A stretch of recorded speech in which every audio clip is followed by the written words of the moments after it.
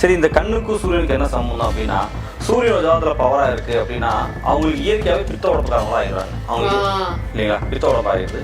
உடம்பு எப்போதுமே அவங்களுக்கு சூடாக இருக்கிறத பார்க்குறோம். முக்கியமாக வந்து உச்சந்தர சூடாக இருக்கிறத நம்ம தொடர்ந்து பார்க்குறோம். சுகர் அதிகமாகிட்டு அதனால வரக்கூடிய கண் சார்ந்த பிரச்சனை எல்லாமே சுக்கிரன் பவராக இருக்கவங்களுக்கு தான் வருது. அப்போ சூரியன் சுக்கிரன் ஒரு ஜாதகத்தில் யார் ஜாதகத்துலாம் பவராக இருக்கோ அவங்களுக்கு கண் சார்ந்த பிரச்சனை, அது தொடர்பான சிக்கல் வருவதற்கான வாய்ப்பு ரொம்பவே இருக்குது. கண்ணுக்கு வந்து விளக்கெண்ணெய் விட வேண்டிய அவசியம் இல்லை.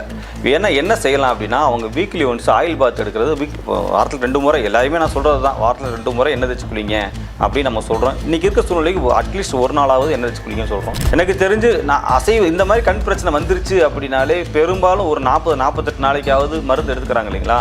இவங்களுக்கு நம்ம சொல்கிறது என்னென்னா, இந்த 48 நாளைக்காவது நீங்கள் அசைவம் எடுத்துக்காமல் இருங்க. காலையில் ஒரு 5 மணி 4 மணி 5 மணிக்கெலாம் எந்திரிச்சாங்க இல்லைங்களா, அந்த பிரம்ம முகூர்த்தம்னு சொல்லுவாங்க. அந்த டைமில் எந்திரிச்சவங்க எல்லாத்துக்குமே வந்து கண் பார்வை இப்போ இருக்கிறத விட ரொம்ப குறைவு தான். அந்த கண்ணாடி போடுறவங்க, கண் தொடர்பான சிக்கல் சந்தித்தவங்க ரொம்ப குறைவு தான்.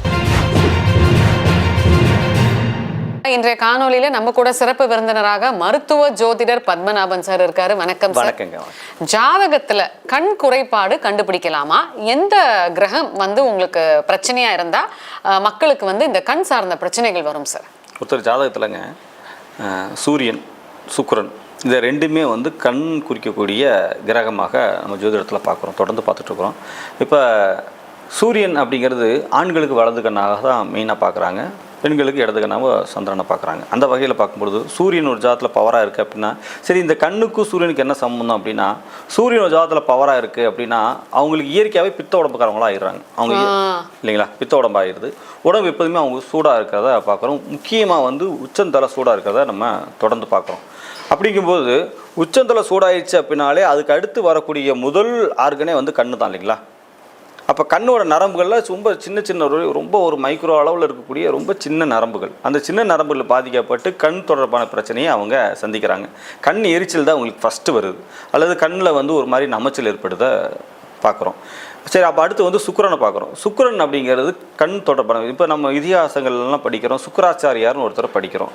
அவருக்கு வந்து ஒரு கண்ணே கிடையாது. அவர் பேர் சுக்கிர ஆச்சாரியர்.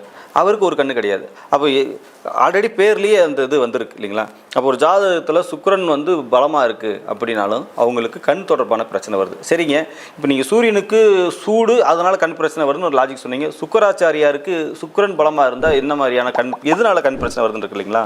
சுக்கிரன் அப்படிங்கிறது எதனால் வருது அப்படின்னா, நம்ம உடம்புல சர்க்கரை சத்து அதிகமாகும் சுக்கிரன் பலமாக இருக்குது உங்களுக்கு இல்லைங்களா. இது என்னுடைய அனுபவத்தில் பார்க்குறது. சுக்கிரன் ஒரு ஜாதகத்தில் பவராக இருக்குது, ஆட்சியாக இருக்குது, உச்சமாக இருக்குது, அல்லது நீசமாகிடுச்சு அப்படின்னா அவங்களுக்கு தான் அந்த வீட்டில் தான் சுகர் வரதை பார்க்குறோம் இல்லைங்களா. மதுமேகம் நோய் அப்படிங்கிறாங்க சுகருக்கு. சுகர் அதிகமாகிட்டு அதனால் வரக்கூடிய கண் சார்ந்த பிரச்சனை எல்லாமே சுக்கிரன் பவராக இருக்கவங்களுக்கு தான் வருது.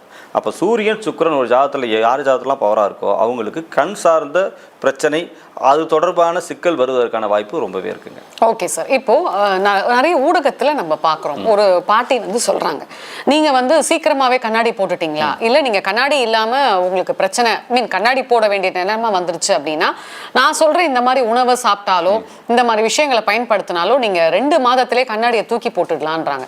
இதெல்லாம் வந்து உண்மையா சார்?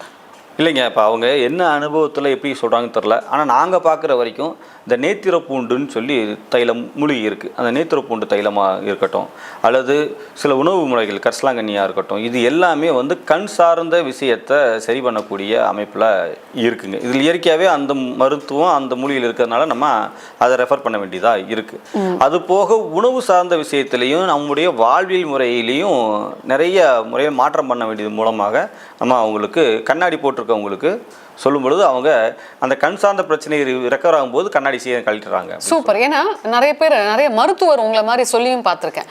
கண் வந்து உங்களுக்கு பவர் வந்து ஆரம்பத்திலேயே விழுது அப்படின்னா சில உணவு பழக்க முறை சில விஷயங்கள்ல பயன்படுத்தினீங்கன்னா நாளடைவில் நீங்கள் கண்ணாடியை உபயோகம் பண்ண வேண்டாம் அப்படின்னு. இப்போ கண்ணுக்கு விளக்கெண்ணெயை விடலாமா சார்? இல்லைங்க, அப்படிலாம் இல்லை. இப்போ ஏன்னா சுத்தமான விளக்கெண்ணெய் இப்போ கடையில் விற்குதா அப்படிங்கிறது நமக்கு தெரியல. கண்ணுக்கு வந்து விளக்கெண்ணெய் விட வேண்டிய அவசியம் இல்லை. ஏன்னா என்ன செய்யலாம் அப்படின்னா, அவங்க வீக்லி ஒன்ஸ் ஆயில் பாத் எடுக்கிறது, வாரத்தில் 2 முறை, எல்லாருமே நான் சொல்கிறது தான், வாரத்தில் 2 முறை எண்ணெய் தேய்ச்சி குளிங்க அப்படின்னு நம்ம சொல்கிறோம். இன்றைக்கி இருக்க சூழ்நிலைக்கு அட்லீஸ்ட் ஒரு நாளாவது எண்ணெய் தேய்ச்சி குளிங்கன்னு சொல்கிறோம். அதோடு சேர்த்து இந்த எண்ணெய் விடலாமா விடக்கூடாதா அப்படிங்கிறத விட அதுக்கு வந்து நேத்திர பூண்டு தைலங்கள் இருக்குது. டைரெக்டாக எண்ணெயை மட்டும் விடாமல் இந்த தைலங்கள் மூலமாக, அதாவது மூலிகையிலிருந்து எடுக்கக்கூடிய தைலங்களை ஒவ்வொரு ட்ராப்பு விடலாம். அது தப்பே கிடையாதுங்க. அது ஒவ்வொரு ட்ராப்பு 2 ட்ராப்பு அவங்கவுங்களுடைய பிரச்சனைக்கு ஏற்ற மாதிரி விட சொல்லலாம். அது தப்பு கிடையாது.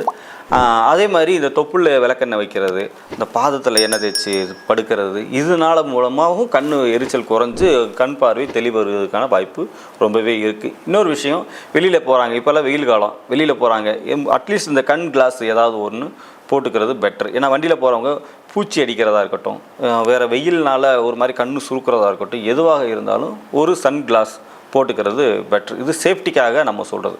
பட் மருத்துவ ரீதியாக நம்ம சொல்கிறது என்ன அப்படின்னா, உணவு பழக்க வழக்கங்கள் இல்லைங்களா? என்ன மாதிரி உணவு? உடல் சூடு அதிகப்படுத்தாத உணவுகள், மெயினாக வந்து பிரியாணி, சிக்கன் பிரியாணி, மெயினாக சிக்கன் பிரியாணி, முட்டை, இது எல்லாமே சூடு அதிகப்படுத்தக்கூடிய உணவுகள். எனக்கு தெரிஞ்சு நான் அசைவு இந்த மாதிரி கண் பிரச்சனை வந்துருச்சு அப்படின்னாலே பெரும்பாலும் ஒரு 40-48 நாளைக்காவது மருந்து எடுத்துக்கிறாங்க இல்லைங்களா? இவங்களுக்கு நம்ம சொல்கிறது என்னென்னா, இந்த 48 நாளைக்காவது நீங்கள் அசைவம் எடுத்துக்காமல் இருங்க, உங்களுக்கு எப்படி இருக்குன்னு பார்த்துக்கிட்டு அதுக்கப்புறம் நீங்கள் செய்யுங்க அப்படின்பொழுது இது அவங்க ஃபாலோ பண்ணும்போது கண்டிப்பாக வந்து பரவாயில்ல சார், கொஞ்சம் முன்னிக்கு இப்போ கொஞ்சம் பரவாயில்ல, பெட்டராகவே இருக்குது அப்படின்னு அவங்க சொல்கிறாங்க. செல்ஃபோன் காலமாக போயிடுச்சு இல்லையா? இப்போது நிறைய பேர் வந்து ஆன்லைன் கிளாஸஸே வந்து செல்ஃபோனில் தான் பார்க்குறாங்க, ஹோம் ஒர்க்ஸ் பார்க்குறாங்க. பெரியவங்க வந்து நிறைய பேர் வந்துட்டு சிஸ்டமில் தான் உட்காந்து வேலை பார்க்குறாங்க. ஸோ தொடர்ந்து இந்த மாதிரி நம்மளோட கண்கள் ஸ்ட்ரெயின் பண்ணிகிட்டே இருக்கிறதுக்கு அப்போ என்ன மாதிரியான உணவு வந்து அதை காப்பாற்றும்? இப்போ நீங்கள் என்ன சொல்ல வரீங்கன்னா, செல்ஃபோன் தொடர்ந்து பார்க்குறனால கண் பாதிப்பு வருதா அப்படின்னு கேட்குறீங்க. அப்போ ஸ்க்ரீன், எந்த ஸ்க்ரீன் பார்த்தாலும் அதிகப்படியான கண் சார்ந்த பிரச்சனை வருதான்னு கேட்குறீங்க. அப்படி பார்த்தா இப்போ வீட்டில் இருக்கிற எல்லா லைட்டுமே LED லைட்டு முதற்கொண்டு பிரச்சனை தானே. இப்போ வீட்டில் அப்போ இருக்கிற எல்லா லைட்டையும் ஆஃப் பண்ணி விட்டுறலாமா அப்படின்னா அப்படி முடியாது. ஏன்னா இப்போ இருக்கக்கூடிய வாழ்க்கை முறையே அப்படி தான் இருக்குது. அப்படிங்கும்போது நம்ம அது தொடர்பான சிக்கலையும் நம்ம அதுக்கேற்ற மாதிரி தான் நம்ம மாறிக்க வேண்டியதாக இருக்குது. LED லைட்டாக இருக்கட்டும், அதுக்கு முன்னாடி வந்த உருண்டை பல்பு, மஞ்சள் கலர் பல்பெல்லாம் இருக்குது, அதெல்லாம் தொடர்ந்து நீங்கள் பார்த்துக்கிட்டே இருந்தாலும் கண் எரியும். இந்த மாதிரி விஷயங்களும் இருக்கத்தான் செய்யுது. அப்போ நம்ம என்ன சொல்ல வரோம் அப்படின்னா, முடிஞ்ச வரைக்கும் இந்த ஸ்க்ரீனை பார்க்காம இருக்கணும். ஆனால் முடியுமான்னா முடியாது. அப்போ வேறு வழி இல்லை. நம்ம இந்த வாழ்வியல் முறையிலையும் முடிஞ்ச வரைக்கும் வெள்ளனா படுத்து எந்திரிக்கணுங்க. சீக்கிரம் படுத்துட்டு சீக்கிரம் எந்திரிச்சாலே எனக்கு நீங்கள் பார்த்தீங்கன்னா இயர்லியாக ஒரு 8-9 மணிக்கு படுத்துட்டு காலையில் ஒரு 5 மணி 4 மணி 5 மணிக்கெலாம் எந்திரிச்சாங்க இல்லைங்களா? அந்த பிரம்ம முகூர்த்தம்னு சொல்லுவாங்க. அந்த டைமில் எந்திரிச்சவங்க எல்லாத்துக்குமே வந்து கண் பார்வை இப்போ இருக்கிறத விட ரொம்ப குறைவு தான். அந்த கண்ணாடி போடுறவங்க, கண் தொடர்பான சிக்கல் சந்தித்தவங்க ரொம்ப குறைவு தான். ஏன்னா எனக்கு தெரியும், நம்மளாம் பார்த்துருக்கோம், இப்பவும் பார்க்குறோம். 80 வயசு 75 வயசு 80 வயசு 90 வயசு கடந்தவங்களே இன்னும் கண்ணாடி போடாமல் நிறையா பேர் இருக்கிறாங்க. இப்போ பார்த்தீங்கன்னா 5வது 4வது படிக்கிற பிள்ளைகளே கண்ணாடி போட்டுட்டு இருக்கிறாங்க இல்லைங்களா? அது பார்த்தீங்கன்னா சோடா புட்டி மாதிரி பெரிய கண்ணாடி பெருசாக இருக்கும். பவர் ரொம்ப அவங்களுக்கு சிக்கல் ஆகிடுது. அப்போ இது வந்து ஜீன் தொடர்பான பிரச்சனையாகவும் இருக்குது, அவங்களுடைய உணவு ரீதியான சிக்கலாகவும் நம்ம பார்த்துக்கிட்டு இருக்கிறோம். ஓகே, அதாவது வந்து ஜாதக ரீதியாக வந்து இந்த கோளாறு இருந்துச்சுன்னா கண்டிப்பாக அவங்களுக்கு கண் சார்ந்த பிரச்சனைகள் வரும் அப்படின்னு சொல்கிறீங்க. சில பேருக்கு 45 வயசானாலுமே இந்த கண் போன்ற பிரச்சனைகளே வரமாட்டேங்குது. அதுவும் ஒரு படி மேலே போய் 50-60 வயசு ஆனாலும் ஒரு சில பேருக்கு அந்த கண்ணாடி பிரச்சனை இல்லை, வெறும் அவங்க அதாவது புக்கு படிக்கும் போது மட்டும் யூஸ் பண்ணுவாங்க. அந்த மாதிரி ஆட்கள் யார் சார்? அதாவது நீங்கள் சொல்கிறது வந்து என்னென்னா, இந்த ரீடிங் கிளாஸ்ன்றவாங்க, கண்ணாடி அதாவது படிக்கும்போது மட்டும் கண்ணாடி, வெள்ளை எழுத்துக்கள் சொல்லுவாங்க, அது அப்போ மட்டும் கண்ணாடி போட்டுப்பாங்க. அதுவுமே சின்ன எழுத்து மட்டும் தான் அவங்களுக்கு தெரியாது, ஓரளவு நல்ல பெரிய பெரிய எழுத்துலாம் அவங்களுக்கு படிச்சிருவாங்க. அப்படிங்கும்போது அவங்க வந்து இயற்கையாகவே வந்து நான் சொன்னது போல் சூரியனோ சுக்கரனோ டேமேஜ் ஆகாமல் நார்மல் லைஃபு அவங்க இருப்பாங்க. அவங்க இயற்கையாகவே பார்த்திங்கன்னா அதிகப்படியான அந்த பச்சை காய்கறிகள்லாம் அவங்க இயற்கையாகவே எடுத்துப்பாங்க. நம்ம சொல்லணும்னு அவசியம் இல்லை, அதை பற்றி அவங்களுக்கு தெரியாமல் கூட இருக்கலாம். இயற்கையாகவே அது பிடிக்கிற ஆளாகவும் இருப்பாங்க. இவங்க எல்லாமே பார்த்திங்கன்னா அவங்க லைஃப் ஸ்டைல் எப்படி வச்சுருப்பாங்க அப்படின்னா, முடிஞ்ச வரைக்கும் நேச்சராக வச்சுருப்பாங்க. சீக்கிரம் படுத்து எந்திரிக்கிறது, அல்லது அதிகமாக லைட்டு வெளிச்சத்தில் இல்லாமல் முடிஞ்ச வரைக்கும் இந்த ஜன்னல், பெரும்பாலும் நைட்டு தூங்கும்போது ஜன்னல் திறந்து வச்சுட்டு தூங்கணுங்க மெயினாக.